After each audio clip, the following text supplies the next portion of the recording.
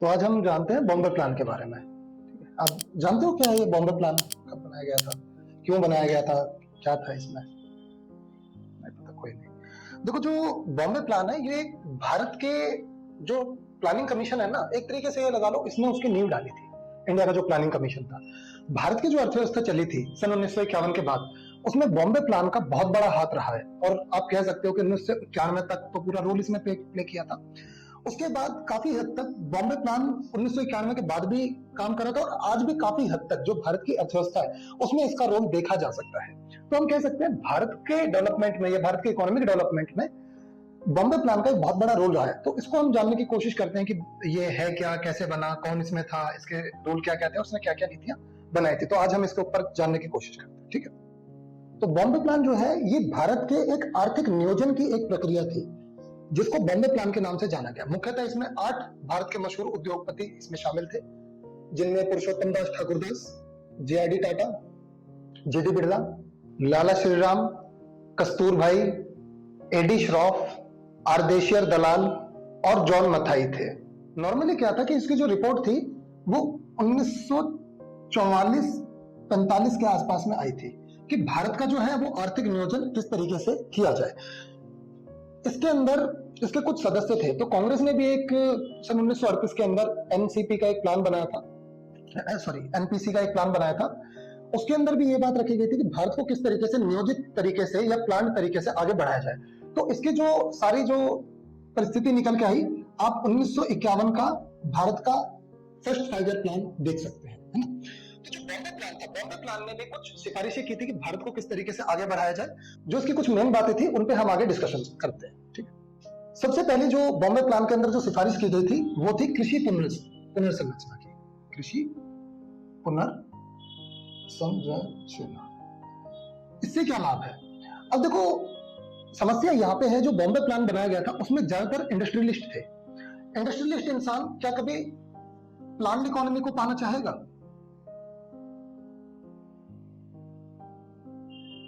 कोई भी इंडस्ट्रियलिस्ट, आपने पूरी दुनिया में देखा होगा, इंडस्ट्रियलिस्ट कभी नहीं चाहेगा कि वो प्लान इकोनॉमी पे आगे बढ़े। लेकिन भारत के अंदर ऐसी व्यवस्था बनी कि भारत के अंदर इवन जो हमारे इंडस्ट्रियलिस्ट लोग थे वो भी चाहते थे कि हम प्लान इकोनॉमी के साथ आगे बढ़े। ये इसलिए हुआ क्योंकि भारत के अंदर अगर आप देखेंगे तो अधिकतर जनसंख्या गरीब थी, ठीक है। भारत में जो जनसंख्या थी अधिकतर गरीब थी। अब गरीब जनसंख्या के लिए अगर कोई डेवलपमेंट भी करेगा, यानी अगर प्रोडक्शन भी करेगा, तो खरीदेगा कौन उसको? तो इसके लिए आवश्यक था कि भारत के लोगों को सबसे पहले एक इस तरीके से फाइनेंस प्रोवाइड कराया जाए जिससे कि इंडस्ट्रीज हमारी स्लोली आगे बढ़ती रहे। तो इसलिए इन्होंने सबसे पहले कृषि पुनर्संरचना की बात कही। इसमें इन्होंने बात कही कि कृषि के अंदर जितने भी हमारे खेत हैं या जो मिडलमैन हैं, ये जिस भी तरीके से कृषि चलती आ रही है भारत में, उसको हटाया जाए, ठीक है। इन्होंने सबसे पहले इसमें बिचौलियों के उन्मूलन की बात करी। उसके अलावा इन्होंने इसमें न्यूनतम मजदूरी की भी बात की कि किसानों को भी एक न्यूनतम मजदूरी मिलनी चाहिए।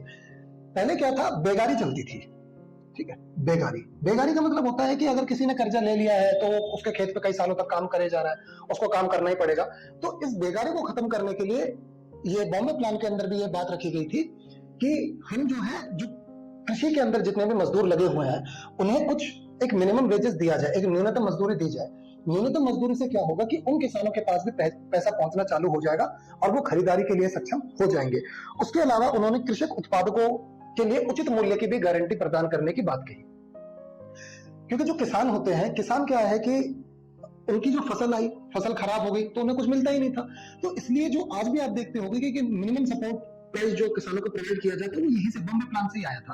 एमएसपी आज हम जिसे बोलते हैं, ये बॉम्बे प्लान के अंदर ये बात रखी गई थी कि अगर भारत के अंदर मिनिमम सपोर्ट प्राइस दिया जाएगा तो ये किसानों के लिए लाभकारी होगा। क्योंकि किसान की फसल खराब होने से पहले क्या होगा, किसान अपनी फसल को बेच देगा जिसे सरकार खरीद सकती है, और भारत के अंदर कृषि उत्पादकता भी खराब नहीं होगी, साथ में किसानों को पैसा भी पहुंच जाएगा और एक सामाजिक वितरण भी उससे हो जाएगा, जिससे कि जो कमजोर वर्ग के लोग हैं उन्हें अन्न और खाने पीने के साधन मिल सके, यानी भारत में बेरोजगारी की समस्या को दूर किया जा सके। तो ये इनका सबसे पहला प्लान था। इसमें सबसे पहली बात जो है बॉम्बे प्लान के अंदर यही रखी गई थी कि भारत के अंदर कृषि की पुनर्संरचना की जाए, इसमें बेकारी को हटाया जाए, यानी एक न्यूनतम दर स्थापित किया जाए, कृषि की जो बिचौलिए हैं उनको हटाया जाए और कृषि के अंदर मार्केटिंग की व्यवस्था की जाए ताकि किसान ज्यादा से ज्यादा अपना प्रोडक्ट मार्केट में बेच सके।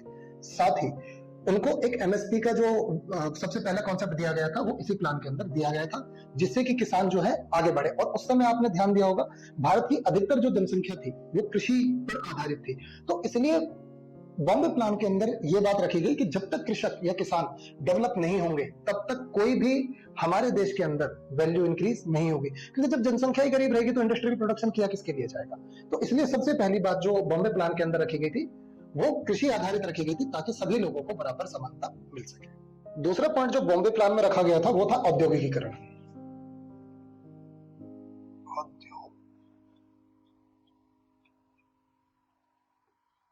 भारत के अंदर औद्योगिकी लाना बहुत जरूरी था। देखो होता क्या है कि अगर किसी देश के पास योजनाएं हो लेकिन उद्योग ना हो, क्या होगा? इंडस्ट्रीज बिठाना तो बहुत कंपलसरी है देश के अंदर, हैवी इन्वेस्टमेंट कहां किया जाएगा? देखो किसी भी देश को आगे बढ़ाने के लिए हैवी इंडस्ट्रीज का लगना बहुत जरूरी है। भारत के अंदर उस टाइम कोई हैवी इंडस्ट्री नहीं थी। अगर आप देखें कुछ भी ऐसा बहुत ज्यादा वैल्यूएबल प्रोड्यूस नहीं होता था जिसको वर्ल्ड लेवल पे हम ट्रेड कर सके, ये चीज हमारी एक कमी थी। तो बॉम्बे प्लान के अंदर ये बात सबसे पहले लाई गई। दूसरी बात कि पहले कृषि को पुनर्संरचना इसकी की जाए, क्यों? ताकि लोगों के पास पैसा पहुंचे। उसके बाद धीरे धीरे उद्योगों का विकास किया जाए। आपने देखा भी होगा जो पहला 5 ईयर प्लान था, इसी वजह से पहला 5 ईयर प्लान जो था वो कृषि पर आधारित था और दूसरा जो 5 ईयर प्लान था वो उद्योगों पर आधारित था, है ना। हालांकि ये रिपोर्ट कब लाई गई थी? 44-45 में, लेकिन इसको अप्लाई कब किया गया? भारत की पहली योजना के अंदर और दूसरी जितनी भी योजनाएं चलती रही, धीरे धीरे इसी आधार पर हम विकास करते गए। अब हम ये बात सभी जानते हैं कि जिस देश में अगर उद्योग नहीं होगा तो उद्योग न होने की वजह से क्या लोगों को रोजगार मिलेगा?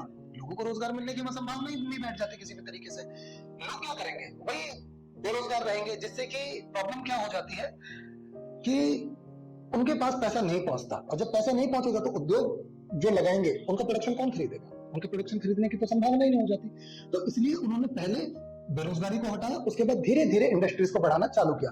नॉर्मली इन्होंने एक बात रखी थी इस प्लान में कि कुल योजना के आकार का 35% जो होगा वो इनको आवंटित किया जाए। यानी कहने का अभिप्राय ये था कि जो भी योजना बनाई जाएगी उस योजना के अंदर 35% जो है बॉम्बे प्लान यानी जो ये उद्योगपति थे 35% ये लगाएंगे, बाकी जो है धीरे धीरे हैवी इंडस्ट्रीज सरकार लगाए। हैवी इंडस्ट्रीज में आप जैसे कि हमें जो रिक्वायरमेंट होती है, जैसे बिजली की होती है, कोयले की होती है, पानी की होती है, तेल शोधक कारखानों की होती है, इन सब की जो रिक्वायरमेंट है और जो हैवी मशीनरीज होती हैं वो सब 35% ये बनाएंगे और बाकी कुछ हिस्से उसमें सरकार के लिए छोड़ दिए गए, ताकि दोनों मिलकर एक दूसरे को बढ़ा सके। कुछ प्रोडक्शन प्राइवेट सेक्टर करे, कुछ प्रोडक्शन हमारा गवर्नमेंट सेक्टर करे। इस तरीके से जो हमारी मिक्स्ड इकोनॉमी थी वो भी चलन में आई थी। तो ये क्या काम करता है? भारत की एक बिल्कुल नई संरचना इन्होंने बना के दी भारत की परिस्थितियों के हिसाब से, क्योंकि भारत का जो परिस्थिति बनी हुई थी अंग्रेजों के शासन में वो इस तरीके से हो गई थी कि अगर आप उसे किसी एक तरीके से उठाते तो उस अर्थव्यवस्था का किसी भी प्रकार से उठना लगभग असंभव था। तो इसलिए उसमें सरकार और प्राइवेट सेक्टर दोनों को भागीदारी निभानी थी। तो देश को बचाने के लिए हमारे देश में प्राइवेट सेक्टर जो हमारे इंडस्ट्रियलिस्ट थे जैसे जे.आर.डी. टाटा, पुरुषोत्तम दास, ये सब सामने आए।